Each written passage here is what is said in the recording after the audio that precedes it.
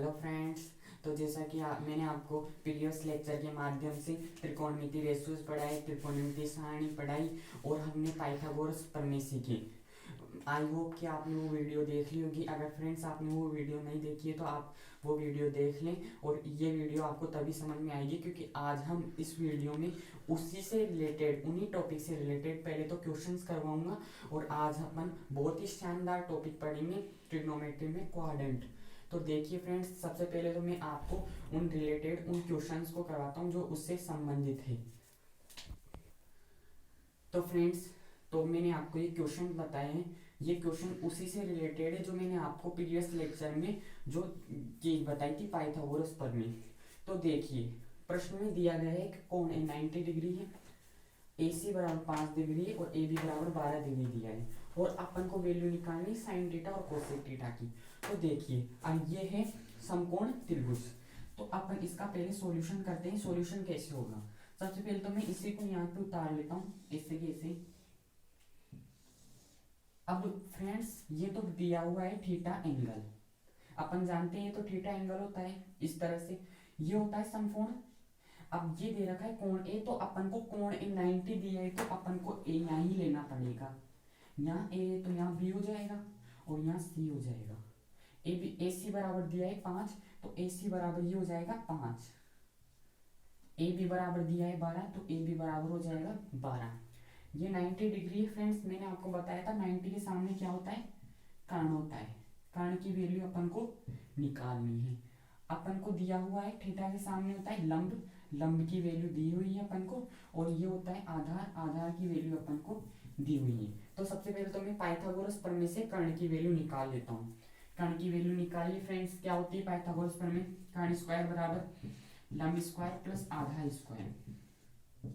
तो लंब की वैल्यू क्या दे रखी है 5, तो 25 प्लस 144 का अंडर रूट निकालना है, यह जाएगा 169, 169 यानी कि 13। तो फ्रेंड्स, कर्ण की वैल्यू मेरे पास आ गई है 13, कर्ण की वैल्यू 13 आ गई है। तो आप जानते हो साइन थीटा पूछा है, साइन थीटा क्या होता है, लंब बटा कर्ण, लंब बटा कर्ण, 5/13। अब फ्रेंड्स, कोसेक थीटा आप जानते हो, या तो आप ऐसे कर सकते हो, मैंने बताया था कोसेक थीटा 1/sin थीटा भी मैं लिख सकता हूँ, इसको मैं 13/5 भी लिख सकता हूँ। या फिर आप जानते हो ये 13/5 है फ्रेंड्स, और आप जानते हो कोसेक थीटा अपन जानते हैं कि कर्ण बटा लंब होता है, तो कर्ण कितना है 13/5, ऐसे भी आप इसको कर सकते हो। तो फ्रेंड्स, ये क्वेश्चन था, बहुत ही सिंपल है, आई होप कि आपने करा होगा। अब मैं आपको दूसरा क्वेश्चन देता हूँ। तो देखिए, क्वेश्चन 2, क्वेश्चन 3 दोनों बिल्कुल सेम विधि से होंगे, पाइथागोरस प्रमेय से। फ्रेंड्स, यहाँ पे ये ध्यान रखना, आप बच्चों की बहुत से कंफ्यूजन होता है, सर ये ए क्या है, ये थीटा ही है। यहाँ पे एंगल जो है ना वो ए है, यहाँ पे जो एंगल है ना वो ए है, मैंने ए लिख दिया यहाँ पे। तो सबसे पहले आप यहाँ से पता लगाओ साइन थीटा क्या होता है, यानी साइन ए क्या होगा, लंब बटा कर्ण। तो मैं यहाँ से कह सकता हूँ कि लंब दे रखा है 3 और कर्ण दे रखा है 5। तो सबसे पहले कोज पूछा है, कोज आधार बटा कर्ण, लाल बटा कक्का। तो आधार निकालना है मेरे को, तो आधार में कैसे निकालूंगा, पाइथागोरस प्रमेय, आधार स्क्वायर बराबर कर्ण स्क्वायर माइनस का लंब स्क्वायर। कर्ण स्क्वायर 25 माइनस का 9 16, तो क्या आ जाएगा 4 आ जाएगा। आधार आ गया 4, आधार क्या आ गया 4, तो कोस ए क्या आ जाएगा, आधार बटा कर्ण 4/5। कोस ए की वैल्यू निकाल ली मैंने। दूसरी है टेन ए की, टेन ए आप कैसे भी कर सकते हो फ्रेंड्स, या तो आप लिख सकते हो लंब बटा आधार, आप कर सकते हो 3/4, या फिर फ्रेंड्स आप ऐसे भी कर सकते हो कि टेन जो होता है ना, टेन होता है साइन बटा कोस, साइन ए बटा कोस ए। साइन क्या है, साइन क्या है 3/5 है, कोस क्या है, कोस क्या है 4/5 है, 5 से 5 कैंसिल हो जाएगा, क्या आ जाएगा 3/4। तो आप इन दोनों वीडियो से टेन की वैल्यू निकाल सकते हो। सिंपल ये पढ़ा है फ्रेंड्स, तो आप ऐसे भी कर सकते हो, लेकिन आपको ध्यान होना चाहिए कि टेन क्या होता है, साइन बटा कोस होता है टेन। तो आपने ये प्रश्न कर लिया, आप ये प्रश्न एक बार चेक करो, खुद से चेक करो फ्रेंड्स, खुद से चेक करो। आई टीम, 1 मिनट रोके।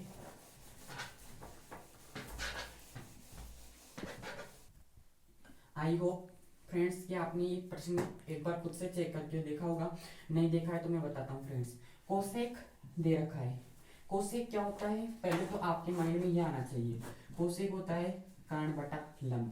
तो यहाँ पे कर्ण दे रखा है √13। अब बहुत से फ्रेंड्स सोचते होंगे कि सर यहाँ पे कर्ण तो दे रखा है लेकिन लंब तो दे ही नहीं रखा। तो फ्रेंड्स लंब नहीं दे रखा है तो किसी भी संख्या में 1 का भाग देंगे तो वही तो आएगी ना। तो यहाँ पे लंब दे रखा है 1, कर्ण दे रखा है √13, लंब दे रखा है 1। साइन पूछा है, साइन में तो इसकी आवश्यकता होती है लेकिन कोस में आधार की आवश्यकता होती है। तो मुझे यहाँ पे आधार निकालना पड़ेगा। आधार निकलेगा तो रूट में कर्ण स्क्वायर माइनस लंब स्क्वायर, तो √12 को मैं क्या लिख सकता हूँ, 4 इंटू 3। 4 क्या है, 4 2 का स्क्वायर होता है तो 2 तो बाहर निकल जाएगा, 2√3। ये आ जाएगा अपना आधार, तो मैं यहाँ से साइन ए की वैल्यू निकाल सकता हूँ। साइन बी की वैल्यू तो मैं डायरेक्ट लिख सकता हूँ, भाई सर ये कोसेक का उल्टा होता है तो 1/√13 आ जाएगा। और जो कोस होता है वो आपने बताया था कि आधार बटा कर्ण होता है, तो आधार तो हमारा 2√3 है और जो हमारा कर्ण है वो √13 है। आप इससे निकाल सकते हो। ठीक, निकल गया ना आसानी से, कोई प्रॉब्लम नहीं है ना फ्रेंड्स। ओके, अब फ्रेंड्स जो अपन ने कल सारणी पढ़ी थी, वो जो प्रीवियस लेक्चर में, वो 30 की 45 की, भाई सर ये जो होते हैं मान कैसे क्या पुट करते हैं, तो इससे रिलेटेड हम क्वेश्चंस पढ़ेंगे। तो सबसे पहले तो फ्रेंड्स मैं आपको बता देता हूँ कि कौन सी चीज़ क्या होती है। फ्रेंड्स ये ध्यान रखना कि जो टेन थीटा होता है ना, एक बार और बता देता हूँ, मैंने आपको हर वीडियो में बताया, हर बार बताया कि ये sine theta upon cos theta होता है, ये आप ध्यान रखना हमेशा। ये कोट थीटा होता है ना, आप जानना कि कोट थीटा होता है ना, टेन का उल्टा होता है। ये टेन का उल्टा होता है, आप जानते हो, लंब बटा आधार, आधार बटा लंब। तो ये 1/tan थीटा होता है, तो ये होता है कोस थीटा बटा साइन थीटा। ये आप बहुत इंपॉर्टेंट है फ्रेंड्स, ये आपको ध्यान होना चाहिए। भाई टेन थीटा ये होता है, कोट थीटा ये होता है, जो कोसेक थीटा होता है वो साइन का उल्टा होता है, ऐसे होता है। जो सेक थीटा होता है ये कोस का उल्टा होता है, 1/cos, या मैं कोस को 1/sec लिख सकता हूँ, साइन को 1/cosec लिख सकता हूँ, कोट को 1/tan, टेन को 1/cot लिख सकता हूँ। लेकिन ये दोनों आप ध्यान रखना, साइन अपॉन कोस, कोस अपॉन साइन। क्लियर। अब फ्रेंड्स करते हैं क्वेश्चन सारणी से रिलेटेड। ये आ गया फ्रेंड्स क्वेश्चन। आप समझ गए होंगे कि ये क्वेश्चन उसी सारणी से रिलेटेड है जो मैंने आपको कल बताई थी। प्लीज वो सारणी आपको याद होनी चाहिए, मैंने आपको पूरी वो सारणी बनाना सिखाई थी। तो करते हैं इस क्वेश्चन को। क्या पूछ दिया है, tan 3x sin 45 cos 45 plus 1 sin 30 के इक्वल है, जहाँ पे x की वैल्यू अपन को निकालनी है। तो सबसे पहले तो फ्रेंड्स इसका मैं सॉल्यूशन कर रहा हूँ। 35 ऐसे कैसे लिख लो, sorry friends, tan 3x sin 45 की वैल्यू क्या होती है, 1/√2। cos 45 की क्या होती है, 1/√2। और sin 30 की होती है 1/2। 1/√2 1/√2 हो जाएगा 1/2 प्लस 1/2 क्या होता है 1। अब ये 1 किसके बराबर है, tan 3x के। tan 3x के ये 1 बराबर है। अब आपको ध्यान होना चाहिए कि 1 tan में किसकी वैल्यू है। आपके माइंड में तुरंत आ गया होगा कि सर आपने बताया था कि tan 45 की वैल्यू होती है, तो आप यहाँ पे लिख सकते हो क्या, आप यहाँ पे लिख सकते हो क्या, भाई ये 1 को मैं tan 45 लिख सकता हूँ क्या। और tan से tan कट जाएगा, tan से tan कट जाएगा, यूं समझ गए ना, tan से tan कट जाएगा। और 3x किसके बराबर हो जाएगा, 45 के, तो x की वैल्यू क्या आ जाएगी, 15 डिग्री। क्लियर, आपको समझ में आ गया क्वेश्चंस। तो करते हैं नेक्स्ट क्वेश्चंस। एक बार फ्रेंड्स ध्यान से देख लो प्रश्न को, कोई दिक्कत तो नहीं आ रही। x की वैल्यू 15 आ गई, ये x ही है फ्रेंड्स, थोड़ा मैंने यूं करके लिख दिया, ये x ही है, x की वैल्यू 15 आ गई। कुछ नहीं करा मैंने, डायरेक्ट साइन 45 की वैल्यू रखी, कोस 45 की वैल्यू रखी और साइन 30 की वैल्यू रखी, सोल्व किया, तुरंत x की वैल्यू 15 डिग्री आ गई। करते हैं नेक्स्ट प्रश्न को। अब फ्रेंड्स मैं आपको 1-2 प्रश्न और कराऊंगा, अपन समझेंगे शानदार चीज क्वाड्रेंट। फ्रेंड्स देखिए 2 प्रश्न लेके आया हूं मैं आपके सामने। बिल्कुल सिंपल है, बस मान रखने। टेन 45 का क्या होता है, 1 होता है सर। टेन 30 का क्या होता है, 1/√3 होता है। तो 1/√3 आपका क्या आ गया, आंसर आ गया। कोई लॉजिकल रीजनिंग नहीं है, कुछ कोई भी दिक्कत नहीं आई आपको इसको करने में, बस आपको सारणी याद होनी चाहिए। इसी प्रकार से ये देख लो, टेन 30 मान रखते चलो बस 1/√3, साइन 30 1/2, कोट 30। अब कोट 30 आप यूं समझो ना यार, भाई सर यार कोट 30 तो भाई 10 का उल्टा होता है, टेन 30 का, तो डायरेक्ट लिख दो √3। यूं क्यों सोच रहे हो कि यार कोट 30 का सर ने क्या मान बताया था, कोट 30 का सर ने क्या मान बताया था, तो डायरेक्ट देखो ना, डायरेक्ट देखो। और इधर देखो साइन 90 का क्या आ जाएगा, 1 आ जाएगा। तो देखो √3/2√3।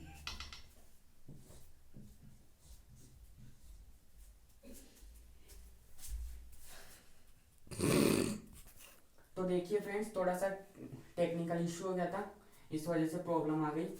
टेन 30 का 1/√3, साइन 30 का 1/2, कोट 30 का √3, साइन 90 का 1, डायरेक्ट कर दिया √3/2√3, √3 से √3 कैंसिल कर दिया, 1/2 आपका आंसर आ गया। इसी प्रकार से इसमें ये किया, टेन 45 1/√3। अगर फ्रेंड्स आपको ये वीडियो पसंद आई हो तो इसको शेयर करना, और इसी तरह के क्वेश्चंस के लिए एक बार आप करना। अब कोई सी भी बुक्स में, जो आपकी बुक्स हैं, जो भी आपके 10th क्लास में हो, जो भी आप 9th क्लास में हो, इस प्रकार के क्वेश्चनों को आप आसानी से कर सकते हो, मैंने आपको बता दिया है। बस आपको सारणी याद होनी चाहिए, पाइथागोरस प्रमेय याद होनी चाहिए, त्रिकोणमिति अनुपात याद होने चाहिए। मैंने आपको बहुत सारे क्वेश्चन करा दिए यहाँ पे, इन क्वेश्चनों की एक बार प्रैक्टिस करना। Okay bye. तो फ्रेंड्स, मैंने आपको कुछ होमवर्क दिया है, प्लीज़ आप इन क्वेश्चनों को घर पे प्रैक्टिस करना, और ये क्वेश्चंस अगर आपसे हो जाएं तो ठीक है, वरना मैं आपको इन क्वेश्चनों को नेक्स्ट वीडियो में समझा दूंगा कि कैसे क्या होते हैं। एक बार आप इन क्वेश्चनों को प्रैक्टिस जरूर करना फ्रेंड्स, कोई नहीं है, बस आपको मैंने आपको बता दिया आपके लिए, बस सारणी रामबाण सिद्ध होगी। सारणी बहुत इंपॉर्टेंट है, आपको सारणी याद होनी ही चाहिए। इस प्रकार के क्वेश्चंस आप तभी कर सकते हो। अब मैंने आपको सारणी बता दी, किस तरह से सारणी की बनती है, और आप बस पहली लाइन याद कर लो, साइन की वैल्यू 0, 1/2, 1/√2, √3/2 और 1, कोस में उल्टा। इस तरह से मैंने आपको पूरी बता दी, तो आप इन क्वेश्चनों को करना। Okay friends.